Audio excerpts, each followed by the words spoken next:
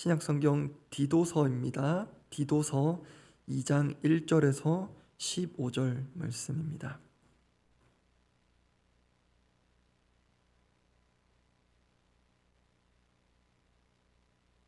신약성경 디도서 2장 1절에서 15절 말씀입니다.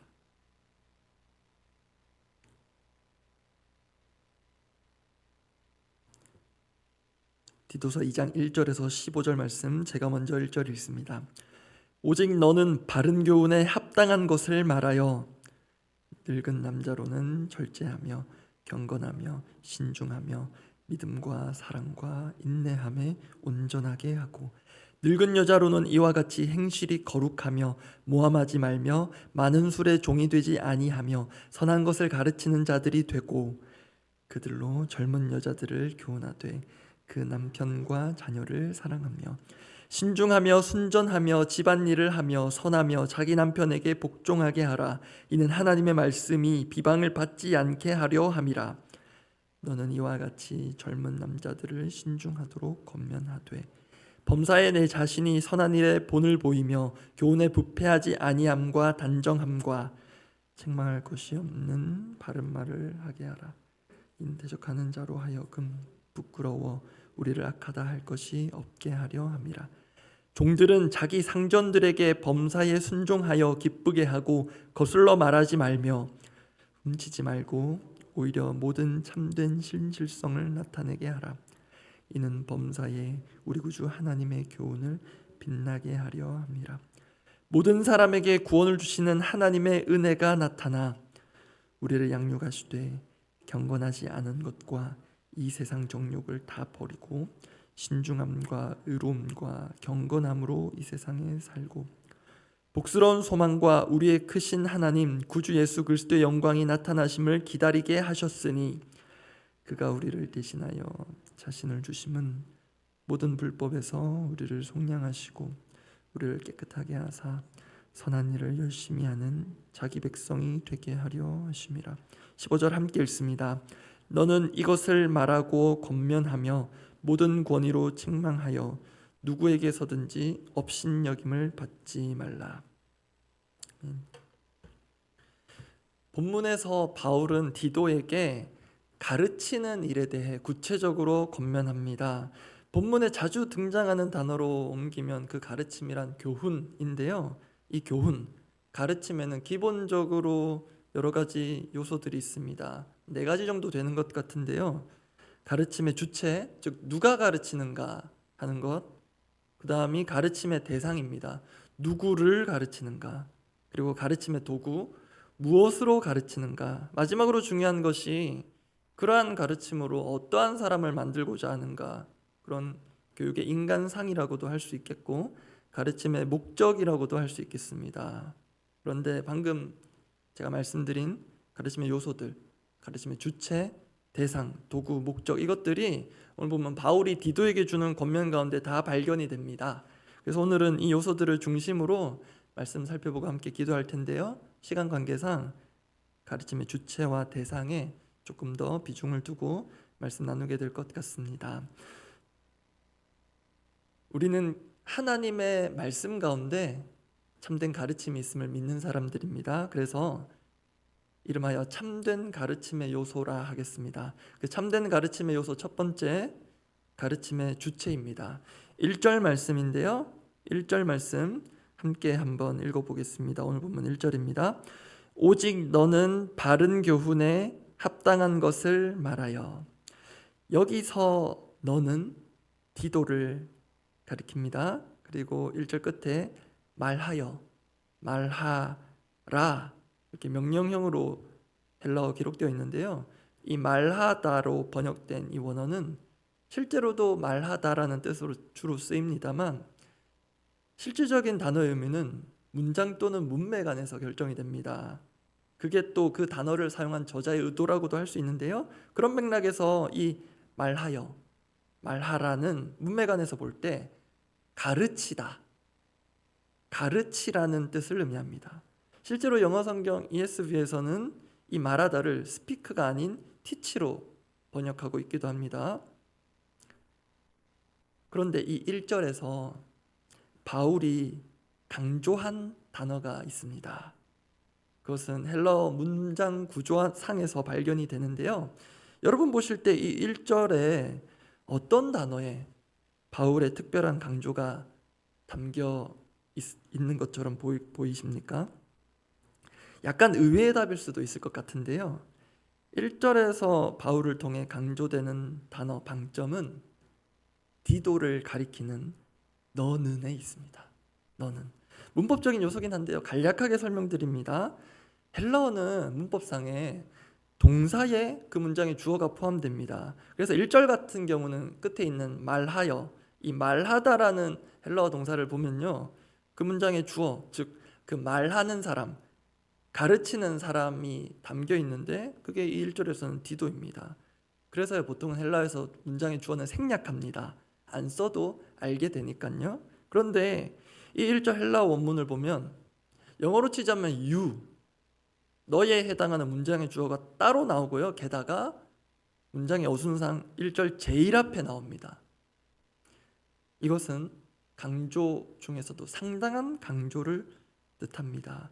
이렇게 너는을 최대한 강조해서 1절 다시 읽어보면 오직 너는 바른 교훈에 합당한 것을 말하라, 가르치라.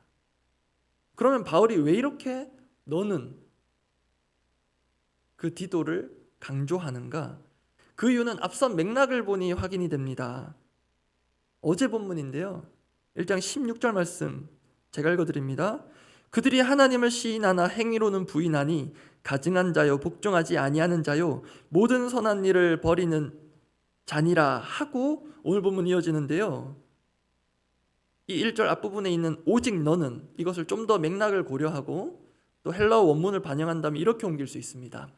그러나 너는, 오늘 본문 1절이 이렇게 시작된다는 것입니다. 맥락과 헬라어 원문을 반영했을 때 그러나 너는, 또 이렇게도 됩니다. 그러나 디도 너만은, 다른 사람은 다 그렇게 해도 정말 디도 너만이라도 이렇게 해달라. 그것이 1절의 겉면입니다. 디도 너만은 바른 교훈에 합당한 것을 말하라, 가르치라. 이 바울의 간절한 당부가 이 1절 너는에 담겨 있습니다. 여기서 우리는 이 첫 번째 대지, 가르침의 주제가 가지는 중요성을 생각해 보게 됩니다. 일반 교육에서도 교육의 주체가 상당히 중요하지만 오늘 말씀을 볼 때 우리 믿는 자들에게 주시는 교훈은 이것입니다. 성경은 누군가를 가르치는 우리 자신부터 가르치라고 권면한다는 것입니다. 그런 점에서 이 가르치다의 국어사전적 의미가 간결하고 와닿던데요. 제가 확인해 보니 이 가르치다의 뜻, 깨닫거나 익히게 하다, 이렇게 되어 있더라고요. 깨닫거나 익히게 하다. 즉 우리가 목회자로서 또는 리더로서 또 부모로서 누군가를 가르치는 가르침의 주체라면 우리에게 주시는 말씀의 교훈을 우리 가르치는 자가 먼저 깨닫고 익혀야 한다는 것입니다. 다른 사람들은 그렇게 하지 않는다 할지라도 너만은, 우리는 우리 자신이 먼저 깨닫고 익히는 일에 힘써야 되겠다는 것입니다. 이 점은 바울이 디도에게 젊은 남성들을 향한 가르침을 권면하고 있는 6절 7절에서도 확인이 됩니다. 6절 7절 6절 말씀 제가 읽어봅니다. 너는 이와 같이 젊은 남자들을 신중하도록 권면하되, 7절 앞부분까지 제가 읽습니다. 범사에 내 자신이 선한 일에 본을 보이며. 결국 디도가 가르치는 주체로서 전해야 할 가르침은 입으로뿐만 아니라 삶으로 가르치는 것입니다. 그래서 정말 우리가 정직하게 누군가를 가르치고자 한다면 저부터, 만약 제가 가르친 대로 살지 못할 것 같으면 차라리 가르치지 않는 것이 낫습니다. 그 가르침을 유보하고 내가 먼저 그 가르침을 충분히 익히고 배우고 본을 보여야 한다는 것입니다. 만약 그렇게 하지 않는다면 우리도 제가 앞서 읽어드렸던 바 있는 디도서 1장 16절에 나오는 그런 사람들처럼 하나님을 시인하나 행위로는 부인하는 그런 이중적인 가르침의 주체가 될 수도 있습니다. 그렇게 하나님을 입으로만 믿고 입으로는 참 잘 믿는 것 같은데 삶으로는 믿지 않는 사람을 전문용어로 실천적 무신론자라고 합니다. 우리가 입으로는 유신론을 하나님을 가르치나 삶으로는 무신론을 가르치는 그런 사람이 될 수는 없습니다. 그 점에서 사실 이 가르치는 주체에 대한 교훈은 1차적으로 저와 같은 목회자가 진지하게 받고 점검해야 할 부분입니다. 그리고 말씀드린 대로 우리가 리더로서, 부모로서, 누군가의 상사로 또는 권위자로서 가르침이 필요할 때 꼭 명심해야 할 것이기도 합니다. 하나님은 오늘 우리를 통해 다른 누군가에게 말씀하시기 전에 우리 자신에게 말씀하십니다. 이것 기억합시다. 두 번째입니다. 참된 가르침의 요소 두 번째, 가르침의 대상입니다. 오늘 본문에 디도가 가르칠 대상이 분명하게 명시되어 있습니다. 그런데 디도가 가르칠 1차적 그 가르침의 대상이 흔히 우리가 생각하듯 가르침이 필요해 보이는 어린 주일학교 학생들이라거나 다음 세대 자녀들이 아닙니다. 2절 앞부분 보시기 바랍니다. 그 1차적 가르침의 대상이 누구로 나오죠? 2절 앞에 늙은 남자입니다. 저는 개인적으로 이 늙은 남자라는 번역이 썩 좋아 보이진 않더라고요. 아무튼 연령상 노년의 남성을 가리키는 단어이긴 합니다. 또한 이 헬라어 원어는 영어로 장로교인을 뜻하는 프레스비테리언으로 그 어원에 해당되기도 합니다. 실제로 다른 곳, 신약 성경 다른 곳에서는 이 단어가 장로로 번역되기도 합니다. 그래서 일반적으로는 연령상의 어른이든 또는 교회 공동체의 어떤 영적 리더든 원숙한 경험을 가지신 그런 어른이든 이분들은 일반적으로는 가르침의 대상이라기보다는 우리에게 있어서 가르침의 주체가 되시는 분들입니다. 이게 상식적입니다. 그런데 바울은 이 노년의 어르신들을 디도가 하나님의 교훈으로 가르쳐야 할 가르침의 1차적 대상으로 세웁니다. 이 뜻밖의 배치가요, 우리에게 주는 도전이 있습니다. 어르신들을 위한 배려는 마땅히 필요합니다. 그런데 배움에 있어서든 여러 사역에 있어서든 그 어르신들을 당연하듯 배제하는 것은 곤란하다는 것입니다. 그 이유는 이미 확인되었으나 말씀을 볼수록 더욱 분명해집니다. 디도가 1차적 가르침의 대상으로 노년의 어르신들을 우선적으로 세우게 된 바울이 그렇게 권면한 의도가 있습니다. 바울은 디도에게 오늘 본문에서 순서상 늙은 남자, 본문의 표현대로 하면 늙은 남자, 그 다음 늙은 여자를 가르치는 부분 다루고요. 그 다음 젊은 여자에 대한 가르침을 언급하는데요. 이때 그 가르침의 주체가 바뀝니다. 4절 보시기 바랍니다. 4절은 한번 함께 읽어보겠습니다. 그들로 젊은 여자들을 교훈하되 그 남편과 자녀를 사랑하며. 여기서 젊은 여자들을 가르치는 주체는 앞에까지는 디도였거든요. 근데 이 4절에서는 그 다음부터 언급되었던 바 있는 그 어른들이 주체가 됩니다. 4절 앞부분 제가 다시 읽습니다. 그들로 젊은 여자들을 교훈하되. 설교초도에 제가 헬라어 동사에 주어가 포함되어 있다고 말씀드렸는데요. 여기 교훈하되 4절에 있는 그 동사 교훈하되에 담겨있는 주어는 문법적으로요 3인칭 복수입니다. 즉 그들입니다. 디도였다면요 문법적으로 2인칭 단수 형태가 되어야 하거든요. 그래서 디도가 공동체 내의 모든 사람들을 직접 다 다이렉트로 가르치는 게 아니라 노년에 이르러도 겸손히 하나님의 말씀을 배우고 또 삶의 본을 가지신 그 어르신들이 공동체 가운데 손아랫 사람들, 하나님 맡겨주신 영혼들을 하나님의 말씀과 사랑의 본이 되어 교훈하라는 것입니다. 즉 디도의 가르침의 1차적 대상이 노년의 어른들로 오늘 본문에서 언급이 되고 있는 것은 그들로 하여금 모든 이들을 목회자가 담당하는 것이 아니라 그런 믿음의 어른들로 하여금 젊은 세대를 가르치고 교훈하는 그렇게 가르침의 주체로 세우기 위함입니다. 그런 점에서 여기 계신 분들도 그렇고 이 말씀을 영상으로도 듣게 되실 분들은 결국은 내가 누군가에게 가르침의 주체로 설 수 있음을 기억하고 그런 점에서 더욱 부지런히 겸손히 하나님의 말씀을 배우고 익히는 가르침의 대상이 되어야 합니다. 말씀 정리합니다. 나머지 두 개가 남았죠. 가르침의 도구. 우리 믿는 자들의 가르침이 의미가 있는 것은 두말할 필요 없이 우리는 하나님의 말씀, 오늘 본문에 따르면 그것이 참되고 바른 교훈임을 믿고 그 말씀을 가르치는 자들이기 때문입니다. 그리고 우리의 교육의 목적, 이 가르침의 목적은 그리스도께서 우리를 위하여 고난 받으신 것과 있다 있습니다. 그게 14절입니다. 14절 말씀을 함께 읽고 마치겠습니다. 그가 우리를 대신하여 자신을 주심은 모든 불법에서 우리를 속량하시고 우리를 깨끗하게 하사 선한 일을 열심히 하는 자기 백성이 되게 하려 하심이라.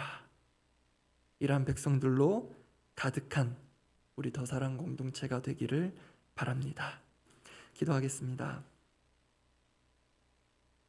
말씀 생각하며 정리해본 기도 제목은 이것입니다.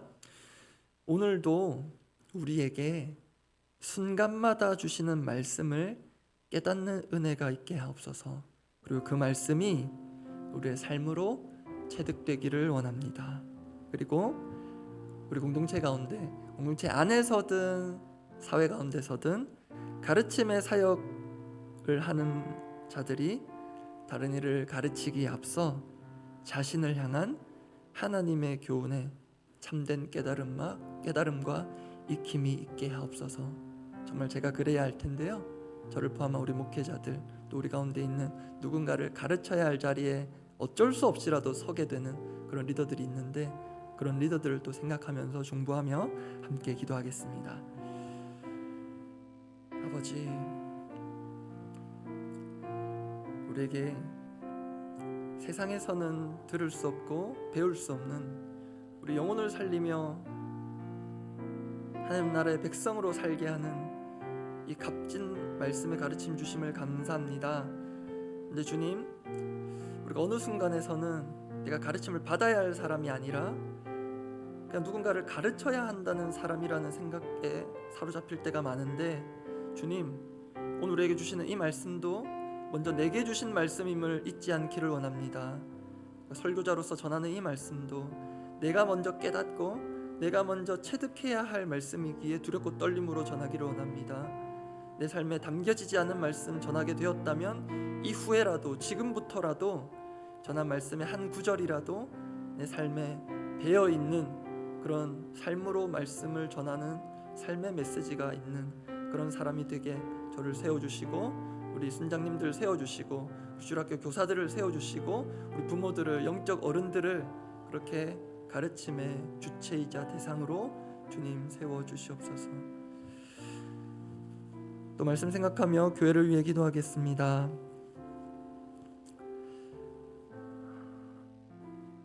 우리 다음 세대 여름 사역을 위해서 기도합니다. 유치부부터 우리 어린이부, 청소년부, 청년부에 이르기까지 우리 다음 세대의 여름 사역, 특히 또 그 가운데 특별한 또 하나님 그 여름 사역 가운데 있는 가르침을 준비하기 위해서 우리 선생님들 열심히 수고하고 계실 텐데요, 그 준비하는 과정에서부터 자신에게 주시는 하나님 말씀의 그 깨달음에 감격하게 하시고, 단순한 진리, 그 지식을 전하는 과정이 아니라 내가 깨닫고 감격하고 나를 감화시킨, 나를 변화시킨 그 말씀이 우리 다음 세대 자녀들에게 전해지는 그런 시간이 되게 하옵소서. 그렇게 기도해 주시고, 우리 빙수기도회 기대하며 기다리고 있는데요, 강사로 섬기실 우리 담임 목사님 위해서 기도해 주시면 감사하겠습니다. 이외에도 교회적으로 기도할 부분들이 많습니다. 다음 주일에는 또 대표기도자 전체 교육이 있는데요,